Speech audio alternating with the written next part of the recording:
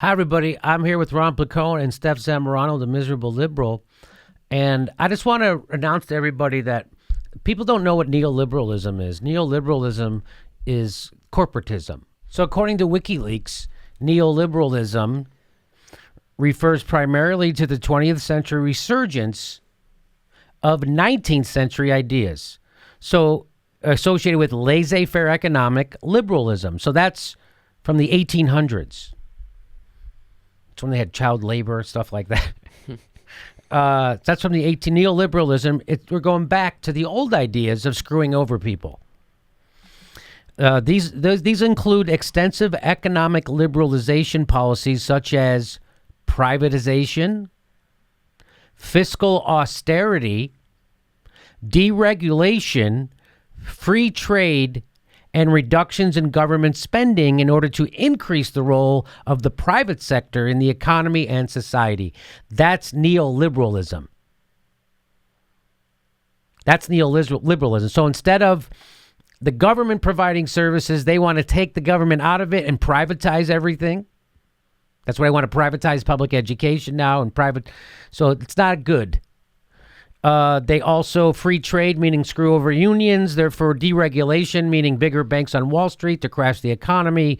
They're for fiscal austerity, meaning cut money for your government services so they can give a tax cut to rich people, and privatization. So that you know it's all the bad stuff that's happened. These market-based ideas and the policies they inspired constitute a paradigm shift away from the post-war Keynesian consensus that lasted from 1945 to 1980. And guess what? So we used to do things differently up until Ronald Reagan, and then Ronald Reagan shifted the Keynesian economics that FDR brought in, and the Democrats jumped right on board with the corporatists. They got in bed with Wall Street, military-industrial complex, the fossil fuels, Silicon Valley. And now look what happened to the country. We have the biggest income disparity since the Gilded Age. Bigger than that. There's more upward mobility less in our economy than there is in Europe. This is from Fortune. Even the IMF now agrees that neoliberalism fails. If you go to the last paragraph here, I'll read it.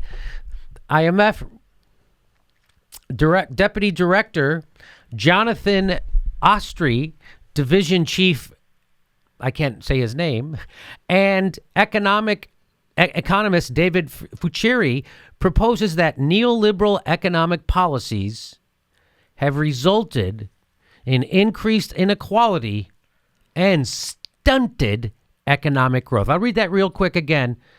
The paper written by the IMF Deputy Director and two other people proposes that the neoliberal economic policies have resulted in increased inequality and stunted economic growth. That's the IMF's own people concluding that neoliberalism stunts economies and exacerbates income inequality. So it's a failure. Sorry. Why do I bring this up? Because now we have Hillary Clinton saying she's part of the resistance, right? We know she has two positions always, public and private. So this person put this together. I think it's funny. It says, my public position is I'm with the resistance. My private position is I'm with Wall Street, and you all goddamn know it. Not so private. Well, can we point out, too, that one of the agendas of her Onward Together group is helping candidates. Yeah. Similar to the Justice Democrats. So you can be damn sure what she is going to do is help out the corporate Democrats that are being primaried. That are going to be she's primaried. Actually, she's already hurting the left. She's already hurting the left. More. Yes. And so why do I bring all this up? Because it's important to know what neoliberalism is and how it's failed. That's what Barack Obama did. He tried to do even worse austerity. He proposed cutting Social Security and Medicare. Barack Obama did. After he made Bush tax cuts permanent, bailed out Wall Street, made the banks bigger, and then he tried to take it out of your Social Security and Medicare. The Republicans stopped him. Thomas Frank, friend of the show, who also wrote this book, and we've had him on the show, watch that video. He was being interviewed in another country. I don't know what language this is, but let's listen to what he has to say. The United States is on its way back to the 19th century. In some ways, we are there already. We're statistically like in the Victorian era. Well, isn't that interesting? We institute economic ideas from the 1800s, and it turns out it brought us right back to the 1800s. Did you hear what he said? The statistics tell you we're right back where we were in the 19th century. Gilded Age, income disparity. He's telling you, oh, so if you institute the economic policies that they were using in the 1800s, turns out our economy the results are almost exactly the same as theirs. Huh. I wonder why we don't fix it. Oh, maybe because the system favors the rich. Maybe because the system we have right now, the people in power are benefiting from it, so they don't want to. And I mean the people in power, I mean the people who run the media, the people who run the banks and the oil companies and Silicon Valley and pharmaceutical companies. I'm talking about all that, those power people with the money. That's what I'm talking about. They like it. And they're the ones that tell you, what do you want, something for nothing? Who's going to pay for that? That's what they tell you. Single payer will never come to pass. That's the stuff they tell you. So here we go. Back to his. So now watch this. He makes these are just awesome points. And now back to the Democratic Party. The problem you say is that they're not interested. Well, think about it this way: when you have massive inequality like we have in America, and the old social contract is coming to pieces, the party of the left should be profiting from this. They should be, winning all across the country. Instead, they're losing and losing and losing. The reason is because they no longer believe in that mission. They no longer believe in the mission of economic, social equality. They believe in the professional class. And the basic assumption of the professional class is that the people on top are up there because they deserve to be there. This is meritocracy. They're there because they got good grades.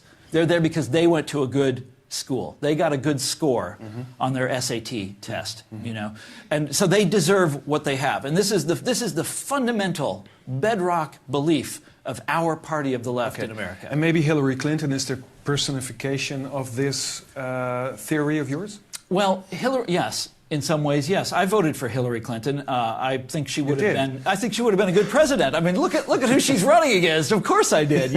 But on the other hand, Hillary Clinton showed no concern for any of the problems that I just described. So she was no concern. She ran as a resume candidate. It was all about her credentials. Like, I am an excellent lawyer. It's like, okay, I was a great Secretary of State, on and on and on about her credentials, not about what she would do for the sort of suffering people of Middle America.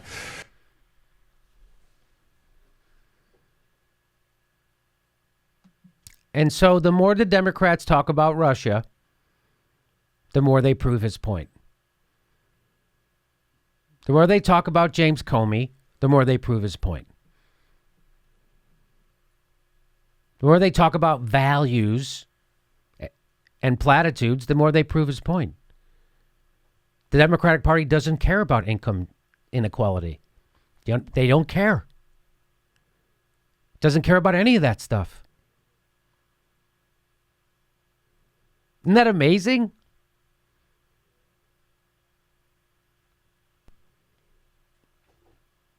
In 1980, we had 300,000 people in American prisons. Now we have over 2 million. Maybe some of those people could have voted for Hillary Clinton. So there he is. He lays it out for you. We're back in the 19th century. We're back in the Gilded Age, and the Democrats aren't talking about it at all.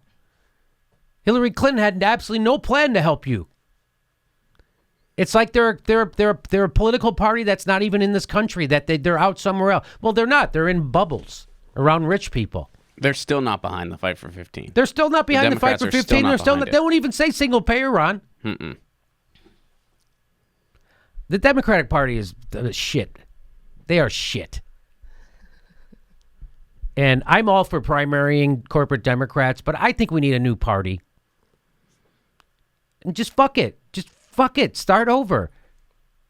It's time. And, if Bernie would have ran as a Green last time, we still would have Trump as president, but we would have a radically different Democratic Party, wouldn't we?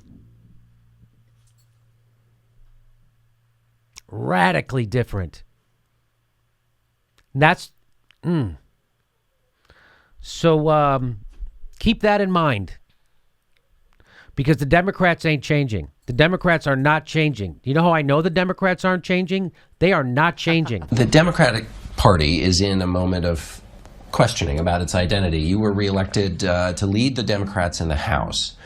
What do you tell Democrats who want a new direction? And then go to you, what are you going to do differently? Well, I don't think that people want a new direction. Our values unify us, and our values are about...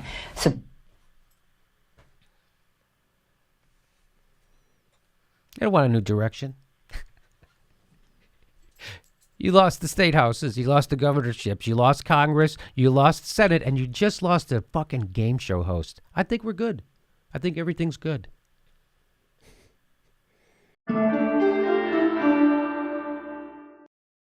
The next live Jimmy Dore show in Burbank, California is May 22nd. May 22nd, that's a Monday night, live in Burbank, California. Special guests, a great time. Get your tickets right there.